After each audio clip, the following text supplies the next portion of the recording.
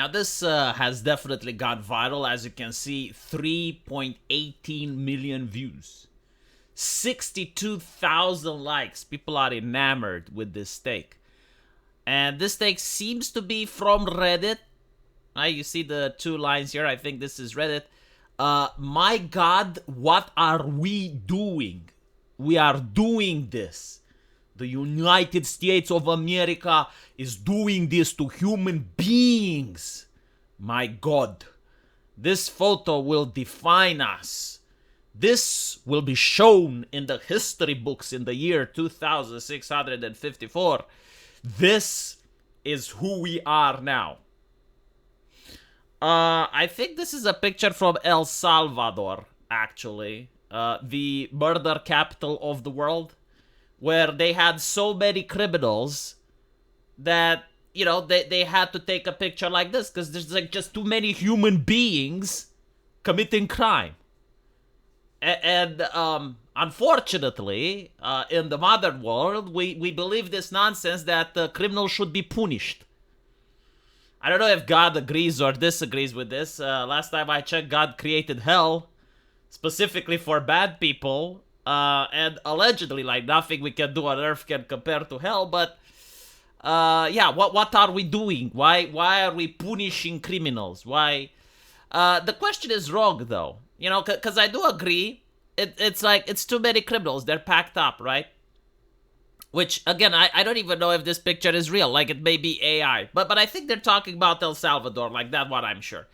This is part of the process, though, when you go into a prison and they look for tattoos. So, like, they take a photo in order to see if you have tattoos on your skin. Probably this is what's happening here, taken out of context. But the real question, should it be, why is El Salvador doing this? It should be like, how did it get to this point? Like, which politicians, what policies? This should be studied for two reasons. Number one, we should find out if the politicians that did this to their country, because you don't get this level of crime willy-nilly. Like, as we can see, this level of crime doesn't exist under the current leadership. And so you have to ask yourself, number one, did they do it because they're incompetent? In which case, fair enough, just keep them away from office, make sure they never run again.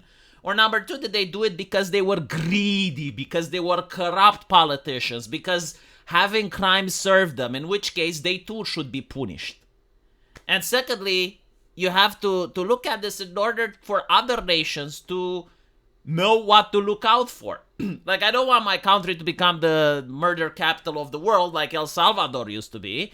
And so what policies did they do? What did they promise to the people? What did they deceive the public in order to get to the point where the only solution is this horrible picture? If you're genuinely a compassionate and an empathetic person, you could try prevention, like make sure that the same shit doesn't happen in other places. We have the El Salvador case study now. Like we can find out how was El Salvador 30 years ago, what did they do in order to get to this place, and then, teach kids in school so that they know when they grow up and they become leaders, they don't do this shit. Or they're careful in order to notice when someone tries to do this shit, right? So, yeah, maybe it does define America, Maybe it does define it by getting the wisdom and the logic from El Salvador to prevent this happening in other places. But that's just one part of the message. As you can see, there is another one claiming that Jesus would not do this. Yes, Jesus would have walked into El Salvador and he would see the rape and murder by the gangs and he would not lock them up. Let's analyze this, because this is actually interesting. So I'm an atheist, right? I don't give a shit about religion. I do care a little bit about some of the philosophy and the moral lessons, but I just don't believe in the supernatural. I just can't believe in the supernatural. I don't think angels are real. I don't think devils exist, right? So, for me, it's very difficult to be a Christian if I don't believe in that. But I do understand the philosophy, right? I do understand what the Bible tries to teach. And again, it's a book that lasted for 2,000 years. There is some wisdom in it. Even if I don't believe it's supernaturally ordained, I do think that someone wrote it, lasted the test of time, so it can't all of it be bad. But what is happening here is you get this person, which I'm pretty sure is an atheist. It doesn't matter, like as an atheist, you should still be able to criticize any ideology on planet Earth, including religion. Like, fair is fair. If the criticism sticks, it sticks, right?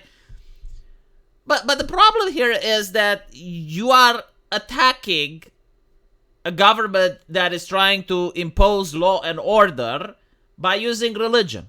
Now, this would work if they were a theocracy, right? Like, if they used religious ideology, it's like, God ordained me to come into El Salvador and apply justice on the wicked. If that was, the message, then yeah, you could say, well, Jesus wouldn't do this, right? But El Salvador is not a theocracy. They're not doing this because they're Christian people. They're doing this because they don't want to be the murder capital of the world. That's why. I mean, am I not applying the logic correctly? Now let's see what Jesus would have done, right? Like, Jesus, what would Jesus do? Would Jesus lock these people up? Well, I'll tell you this, if these people had Jesus, like all of them in the picture, if they had Jesus, they wouldn't be locked up. Is that fair? Like, if you put Jesus into the heart of every person from the murder capital of the world, it would stop being the murder capital of the world. And so these people turn their backs to Jesus. And so if they turn their back to Jesus, they turn the face towards the, secular legal system of El Salvador. That's what Jesus would have done. He would have tried to persuade these people, like, could you not? And if those people didn't listen, and they still committed the crime, well, then the Romans, they had ways to deal with people like Barbaras. Was that his name? Barbaras? And it's interesting because even here, in this situation, you see people siding with Barbaras. Many of them, not one. And so it's interesting that, okay, see, I'm looking at the Bible. I don't believe in the supernatural. But you have like one ideologue, in this case Jesus, right? Like he was spreading an ideology. Next to him was Barbaras, right? What was he, like a murderer, a thief? And people chose him. And I'm like, you know what? When I first read the story, I thought, come on, no fucking way. Like, dude, no. And then I go and I live through life and I see, holy shit, when was this written? Who wrote this book? Who the fuck wrote this book? Like, they kind of understood something about humanity. Yeah, they would definitely not have chosen Jesus. Anyway, right, religious lesson over. Let me know what you guys think. And as usual, I will see you in the comment section. Take care.